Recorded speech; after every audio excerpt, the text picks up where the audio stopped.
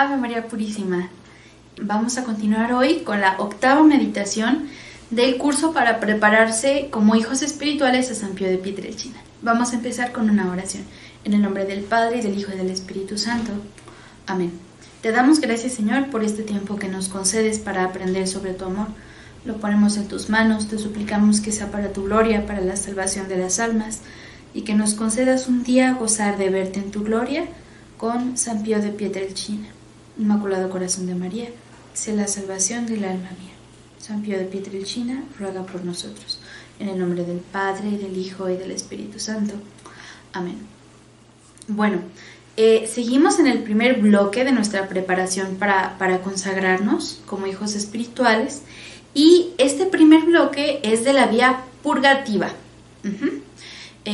Al inicio me imagino que se explicaba que hay tres vías en la vida espiritual para avanzar, ¿no? En el encuentro con Cristo. Y la primera vía se llama vía purgativa porque es un momento en el que vamos conociendo nuestra alma, vamos conociendo qué es el pecado, cuáles son las consecuencias del pecado, los enemigos de nuestra alma, cómo luchar contra ellos. Y bueno, es un periodo muy fuerte, ¿no? De mucha batalla, para después, ya en la vía iluminativa, más bien irnos encontrando con Cristo y lo conociendo cada vez más, ya de un modo más positivo. Y en la vía unitiva, unirnos con Él por el amor, ¿no? Y bueno, ahorita vamos a entrar este día y los dos siguientes a ver cómo combatir a los tres enemigos del alma, de los que hablábamos cuando mencionábamos el tema del pecado. Hoy vamos a hablar sobre el primero, que es la carne. Como siempre, empezamos con una cita bíblica y hoy tenemos dos. La primera es de la primera carta a los Corintios, capítulo 6, versículo 19, y dice así: ¿O qué es lo que saben que su cuerpo es templo del Espíritu Santo que han recibido de Dios y que habita en ustedes? Ya no se pertenecen a ustedes mismos. Y Mateo 10:28. No tengan miedo a los que matan el cuerpo, pero no pueden quitar la vida. Teman más bien al que puede destruir al hombre entero en el fuego que no se apaga. Palabra de Dios, te alabamos, Señor. Bueno, ¿a qué nos referimos cuando hablamos de la carne? No nos referimos a nuestro cuerpo físico. Nuestro cuerpo físico pues no es malo. Al contrario, es algo muy bueno que ha creado Dios, ¿no? Y que es bueno, es maravilloso, ¿no? Y es parte de nosotros. ¿A qué nos referimos con la carne? A nuestra inclinación al placer y a las cosas ilícitas desde que pecamos en el pecado original. Adán y Eva no tenían malas inclinaciones, no comían cosas por antojo, comían cuando era necesario alimentar al cuerpo. Y desde el pecado original se descompuso, se desorganizó, se enfermó esa parte en nosotros que se llama concupiscencia. ¿Qué es la concupiscencia? Nuestra primera inclinación a algo. Y es un híbrido entre nuestro cuerpo y nuestras sensaciones y un poquito de nuestra alma, ¿no? Entonces, bien, esa concupiscencia de suyo no es mala, pero desde el pecado original, pues se desordenó y tiende al placer, no le gusta sufrir, no le gusta cansarse, ¿no? Entonces no le gusta trabajar y constantemente nosotros tenemos que estar luchando con nuestra mente y nuestra voluntad y también con la gracia de Dios para ordenar esa concupiscencia y que reine la parte espiritual en nuestra vida y que no nos veamos siempre esclavos de nuestros propios deseos, ¿no? Nuestras propias inclinaciones. Nos referimos entonces al hombre como lo ha dejado el pecado original. ¿Cuáles son las obras de la carne? Que es nuestro enemigo, el pecado. Las obras o el objetivo de los tres enemigos de nuestra alma son el pecado. Tanto el demonio como el mundo, como nuestras inclinaciones desordenadas se orientan al pecado, a que nosotros pequemos. Entonces, tener una tentación de la carne no es un pecado. Consentir a esa tentación, sí. Por eso hay que tener mucho cuidado, ¿no?, con esto. Bien, dice San Pablo en la carta a los Romanos, capítulo 8, el apetito de la carne es enemistad con Dios y no se sujeta ni puede sujetarse a la ley de Dios. ¿Cómo vencemos, por ejemplo, al demonio, que es nuestro primer enemigo del alma? Pues con la vida de gracia, con la oración, con los sacramentos. ¿Cómo vencemos al mundo, que es nuestro segundo enemigo? Despreciando sus vanidades, no haciendo caso a todo ese ambiente que nos rodea, ¿no? Pero vencer a la carne es mucho más difícil porque está dentro de nosotros mismos. Si nosotros ignoramos al mundo y lo alejamos de nosotros, pues podemos vivir sin él. Es más fácil, ¿no? Si estamos luchando contra el demonio, finalmente Dios va a luchar con nosotros esa batalla y el demonio tendrá que alejarse un poco, por un tiempo al menos, con las tentaciones. Sin embargo, la carne, como está dentro de nosotros, está siempre ahí. Es algo con lo que hay que luchar constantemente durante toda nuestra vida. El secreto para vencer la carne es la perseverancia. No dejarnos caer ante las distintas tentaciones, ¿no? ¿Cómo nos declara la guerra la carne? A través de dos cosas. Lo primero es la sed insaciable de gozar. Querer siempre comer lo más rico, comer un poquito más de lo necesario porque es agradable, dormir más, etcétera, etcétera, ¿no? Siempre es la sed insaciable de gozar. Y por otro lado, nos hace también la guerra con un miedo, con un horror al sufrimiento y al padecer. Entonces, bueno, es un círculo vicioso, ¿no? Porque huimos del dolor porque amamos el placer. Y es la lucha de todos los días en nuestra vida. El placer no es malo, Dios lo ha creado para nuestro deleite. Comer cosas ricas no es malo, está bien, pero hacerlo todo el tiempo y de una forma inmoderada es lo que hace que nosotros perdamos y pequemos cuando se nos presenta este enemigo nuestro, que es la carne, ¿no? O sea, el pecado original lo que ha hecho es romper el equilibrio en nuestras facultades, ¿no? Hay algunos remedios contra la concupiscencia que son muy buenos y todos giran en torno a una virtud muy importante, que es la virtud de la templanza. Esta virtud de la templanza, ¿qué quiere decir? Moderar todos nuestros apetitos para que queden en el justo medio, ni muy, ni tan. Ni voy a estar comiendo todo el día, todo el tiempo, ni voy a dejar absolutamente de comer. Voy a comer lo necesario y cuando lo necesito, con toda la tranquilidad y paz del mundo.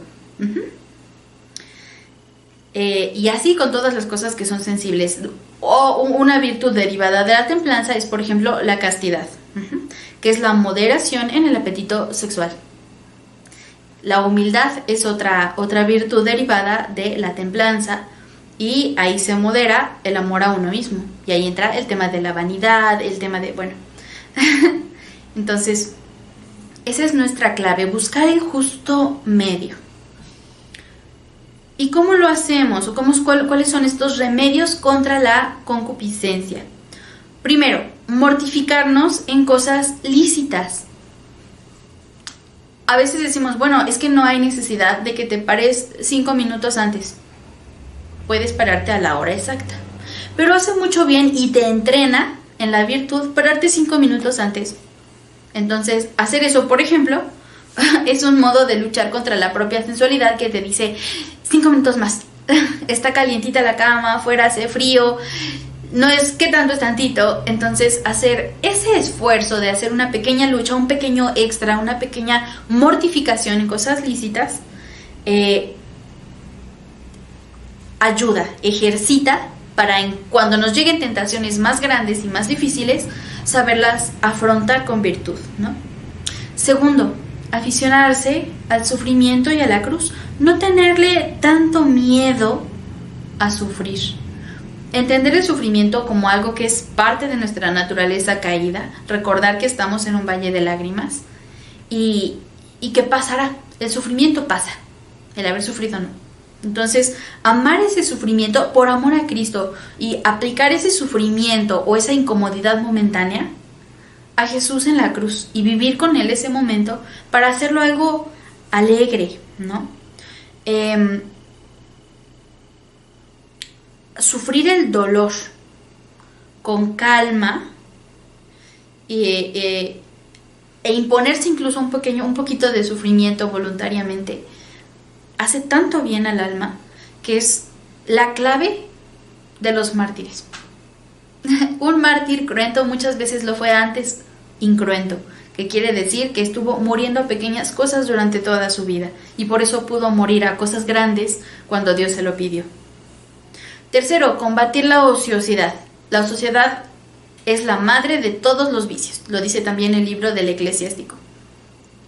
Cuando no tenemos nada que hacer, es cuando se nos empiezan a ocurrir malas ideas para seguir en el placer o aumentar el grado de placer. Porque una nota importante de la concupiscencia es que siempre quiere más, nunca es suficiente.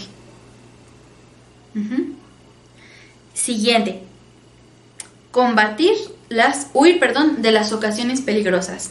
Hay veces que se nos presentan tentaciones, sobre todo las que son de orden de la carne, que son sensuales. No conviene enfrentarse directamente a eso, porque es muy fácil que ya enfrentándonos dialoguemos con la tentación y pequemos. Uno no va a comerse una zanahoria justo al lado del puesto de tacos, porque en definitiva va a acabar comiéndose los tacos, ¿no? O no va a comerse su lechuga a una pastelería. Tiene que huir de las ocasiones de pecado para que no lo venzan, ¿no? Esa es una de las grandes claves con los pecados de la carne. La voluntad siempre está expuesta a sucumbir cuando somos imprudentes y nos ponemos en ocasión de pecar.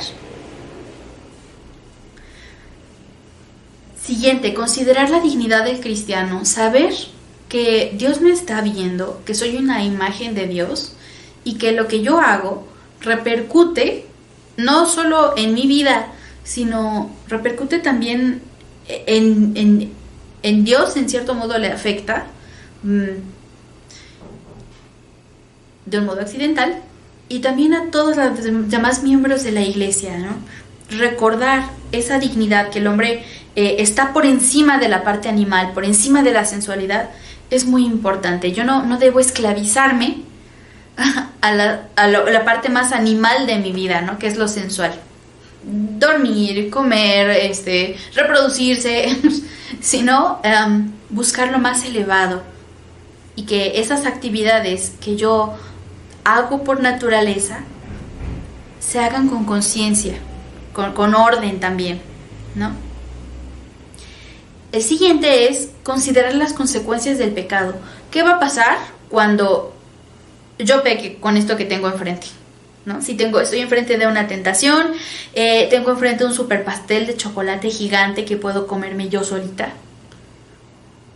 Si yo me pongo a pensar en cuáles van a ser las consecuencias de haberme comido ese pastel en el orden espiritual, va a ser más difícil que yo peque, ¿no? Una de las grandes trampas del demonio para hacernos pecar cuando nos pone tentaciones enfrente es decirte, no lo pienses, hazlo rápido. Cuando nosotros hacemos cosas malas, casi siempre los hacemos tratando de no pensar y los hacemos rápido y cuando nadie nos ve, ¿no? Para que nadie nos diga nada, para que nosotros no pensemos al respecto y lo hagamos, ¿no? Entonces, una gran estrategia para no pecar es sentarse a pensarlo antes, a ver cuáles van a ser las consecuencias, qué va a pasar. Considerar el castigo del pecado.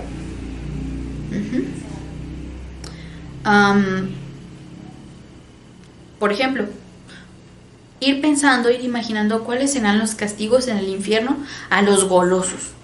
Y cuando yo pienso en el castigo de los golosos antes de comerme el pastel de chocolate, pues ya no se me va a antojar tanto.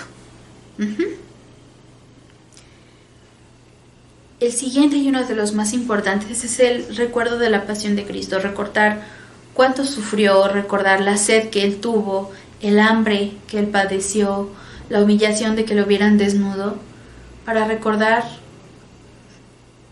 que lo voy a herir si peco y para no contribuir más al sufrimiento de Cristo, ¿no? Y para acompañarlo también en su sufrimiento. Elevar mis pasiones a algo más hermoso que es el amor. Con la oración humilde y perseverante. Si nosotros tratamos de luchar solos, probablemente vamos a perder. Pero si Dios lucha por nosotros, lucha en nuestro nombre, lucha con nosotros, igual que nuestro ángel de la guarda, pues muy probablemente vamos a vencer. Devoción entrañable a María. La Virgen María es el ser humano, solamente humano, porque Jesús es de persona divina y naturaleza divina humana, pero María es solamente persona humana, pues ella es la criatura más perfecta que existe, con una concupiscencia perfectamente ordenada, porque ella no tenía el pecado original, ¿no?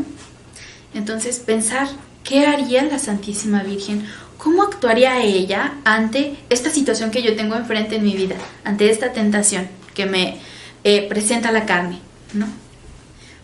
Y bueno, ese amor, esa invocación y esa contemplación de su vida nos va a estrechar cada vez más a ella y nos va a ayudar a perfeccionarnos cada vez más en la virtud. Tratar de actuar como ella actuaría. Tratar de huir de lo que ella huiría. No sé, yo no me imagino a la Santísima Virgen despertándose a las 10 de la mañana, ¿no? O comiéndose un pastel completo ella sola. Entonces, pensar qué haría ella y tratar de imitarla en esa templanza tan hermosa y tan perfecta que ella tuvo. Y por último, no menos importante, la frecuencia de los sacramentos, porque una de las consecuencias, digamos, de la vida sacramental, de tener la gracia en el alma, uno de los regalos que nosotros recibimos cuando estamos en gracia, es que tenemos mayor inclinación hacia el bien, tenemos más fortaleza para luchar contra las tentaciones y no pecar. Es más difícil pecar cuando uno está en gracia. Es más fácil controlar la concupiscencia, estamos más ordenados en todos los sentidos y estamos más cercanos a Dios, y el Espíritu Santo también nos inspira mayormente porque está en nuestra alma inhabitando. Esos son los 10 tips o 10 ayudas que recibimos en la batalla contra la carne, contra nuestra propia concupiscencia desordenada. Y bueno, ya hemos visto cómo luchar contra esa sed insaciable de gozar, de pasarla bien, de un poquito más, algo un poco más intenso. Ahora vamos a hablar un poquito sobre el horror al sufrimiento. ¿Cómo combatir ese horror al sufrimiento que es para nosotros tan natural? Lo más natural para nosotros es alejarnos de lo desagradable, de lo malo.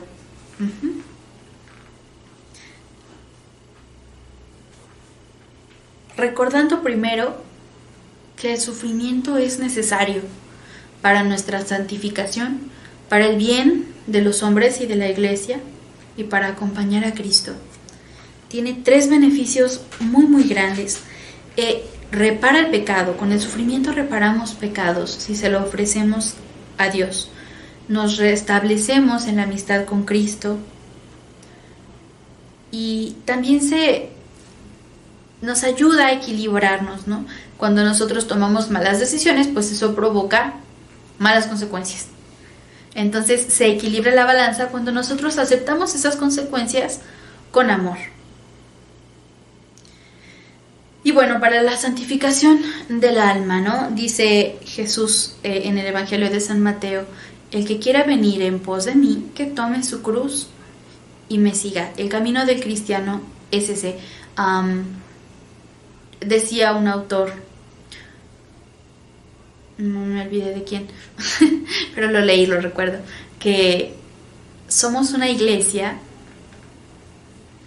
que siempre está en guerra. Somos una iglesia militante, ¿no? Por eso no estamos todavía en el cielo, por eso no estamos en el purgatorio. Nosotros estamos luchando. Este es nuestro único momento para luchar. Después no podremos luchar. Entonces, y otro punto importante es que la lucha está todo el tiempo, porque todo el tiempo estamos moviéndonos entre el sí y el no, la virtud o el vicio, ¿no? El cielo o el infierno. Una pequeña decisión en nuestra vida puede cambiar nuestro destino eterno. Pararme en la mañana temprano o no puede definir la conducta del resto de mi vida, si yo lo repito y lo repito y lo repito, ¿no? Entonces es muy importante por eso cuidar eso. Excelencia del sufrimiento. Expía nuestros pecados. Somete la carne al espíritu. Nos ayuda a controlar esa concupiscencia desordenada que siempre quiere gozar. Cuando sufrimos, se aplaca. Tercero, nos desprende de las cosas de la tierra. Hace que queramos estar más pensando en Dios y en el cielo. Nos purifica y nos hermosea, embellece nuestra alma. Es como ir lavando nuestra alma con jabón y un estropajo de esos que duelen. Lo alcanza todo de Dios. Cuando le ofrecemos a Dios nuestro sufrimiento, Dios lo escucha y lo valora de un modo especial. Nos hace verdaderos apóstoles. Si Cristo sufrió, todos los que siguen a Jesús están llamados también al sufrimiento. El que sigue a Jesús sufre. Y eso es hermoso. Y nos asemeja también a Jesús y a María. Y bueno, dentro de este movimiento del sufrimiento, pues hay grados de amor al sufrimiento. El primer grado de amor al sufrimiento es no omitir las cosas normales de nuestra vida que no nos gusta hacer o que nos provocan alguna especie de sufrimiento. Por ejemplo, a los niños pequeñitos cuando no les gusta bañarse, pues pueden ofrecer el tenerse que bañar. Sí o sí se van a tener que bañar, porque la vida es así. Es algo que no pueden omitir, pero va a tener un valor especial si lo ofrecen con amor, ¿no? Siguiente, aceptar con resignación las cruces que Dios nos envía, cosas que nos pueden parecer a lo mejor muy injustas, quizá una humillación injustificada en el trabajo o algún problema en la familia, alguna crisis económica, no lo sé, cosas que Dios nos envía. Cuando nosotros las aceptamos con amor y no estamos renegando de eso, pues estamos, en cierto modo, también amando el sufrimiento. El tercer grado de amor al sufrimiento es buscar pequeñas mortificaciones voluntarias, cosas que me causan alguna clase de dolor y que yo sé que eso me va a hacer bien. Voluntarias, son pequeñas penitencias como dormir en el piso o hacer algún ayuno o pararse más temprano para hacer oración, pequeñas cosas saludables para el alma, no comer postre, por ejemplo, o ver menos tele o estar menos tiempo en el teléfono, cosas de ese tipo que nosotros hacemos por mortificarnos por amor a Dios, y eso aumenta nuestro amor. El siguiente punto, cuando ya uno va avanzando más en la espiritualidad, es amar el dolor y preferirlo al placer. Preferir sufrir por amor para acompañar a Jesús que pasarlo bien.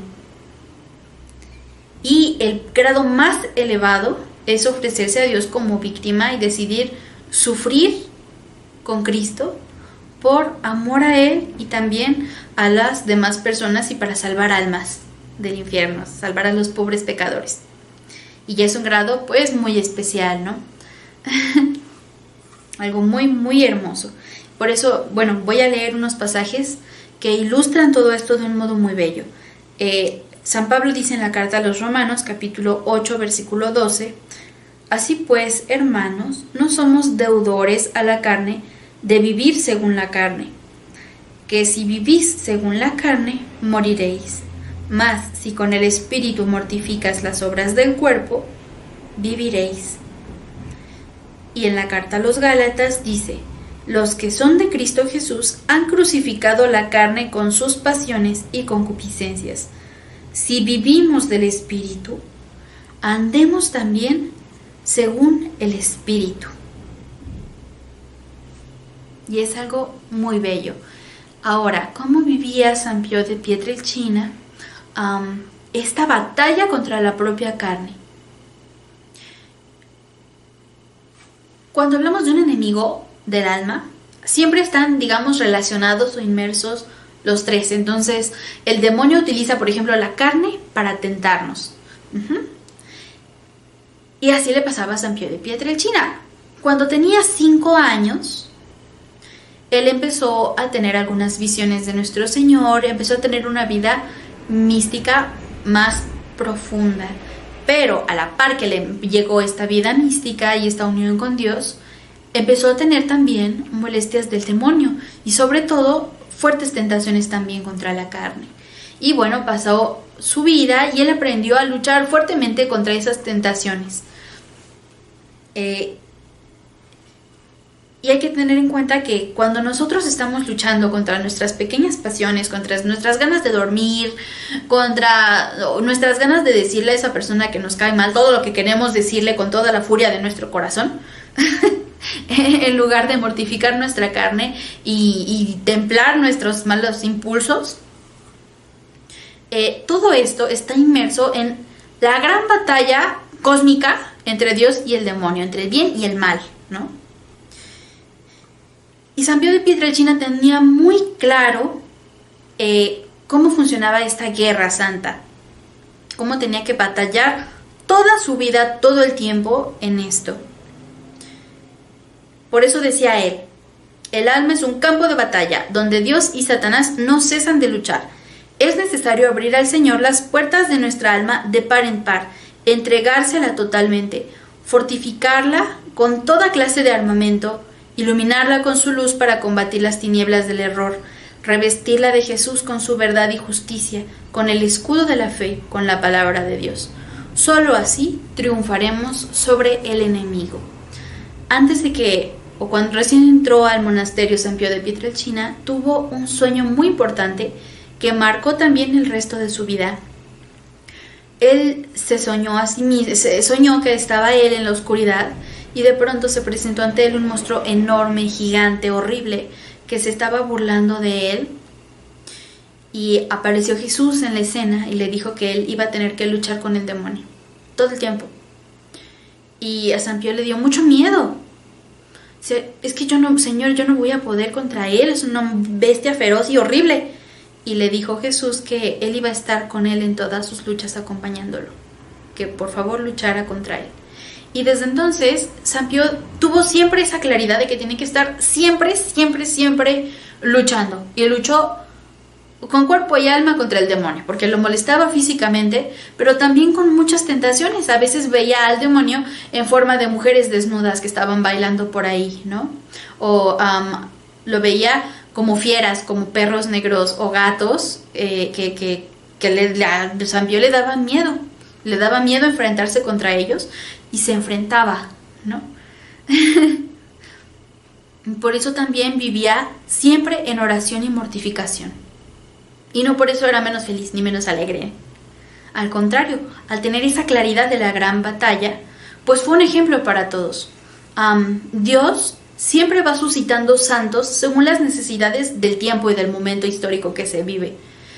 San Pío de Pietrelcina vivió en un siglo fuertísimo, en el siglo de la revolución sexual, en el siglo de la entrada del comunismo, de una lucha muy fuerte contra la vida y contra la iglesia. Muchas cosas pasaron en ese momento y muchas modas que requerían de un ejemplo de vida de acuerdo a lo que Dios quería, y la Virgen María por eso también lo pidió en Fátima, ¿no?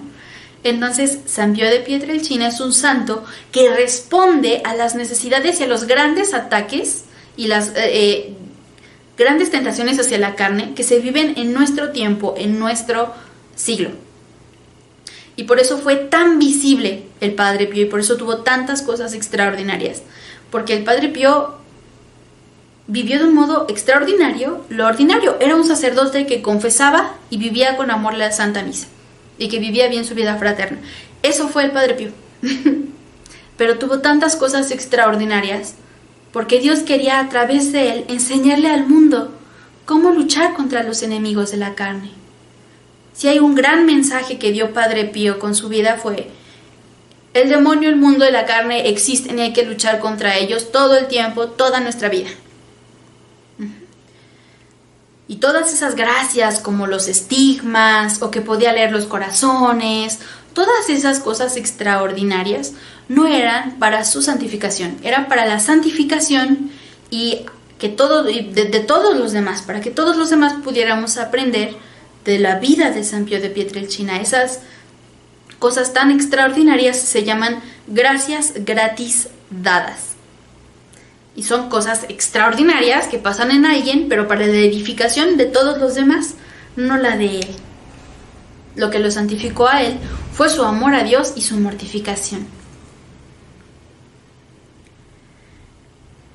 Y bueno, ya hemos hablado un poquito de las estrategias para combatir la carne y vamos a ver cómo lo combatía San Pío de Pietrelcina. Cuando tenía este tipo de tentaciones tan tremendas, él cerraba fuertemente los ojos, o cuando tenía un antojo en especial, trataba de hacer más ayuno y oración. En el refectorio, por ejemplo, le pasaba a sus compañeros una parte de su comida para no comer más, o comer siempre un poco menos, quedarse siempre con un poquito de hambre, que no está mal, sí se alimentaba, pero siempre comía un poquitito menos. Otro punto importante es contra el sueño. Él, para unirse con Cristo y sufrir un poco más, pasaba largas horas en la noche en oración, acompañando a Cristo. Claro que le daba sueño, claro que le daba flojera, claro que estaba cansado. Es humano, pero lo ofrecía por Dios y lo vivía.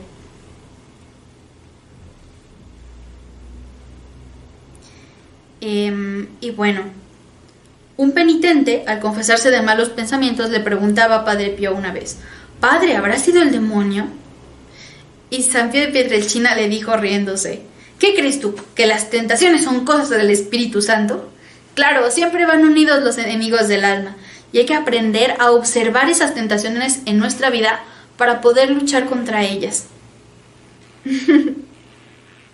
Una vez también un hombre le dijo al Padre Pío: «Padre Pío, yo no creo en el infierno, es una invención de los curas». Y le dijo el Padre Pío: «No te preocupes, hermano. Cuando vayas allá te darás cuenta si existe o no». Otro punto importante es que estos enemigos del alma existen, creamos nosotros en ellos o no. Entonces es muy importante tener conciencia de que actúan y aprender a ver la realidad, porque están.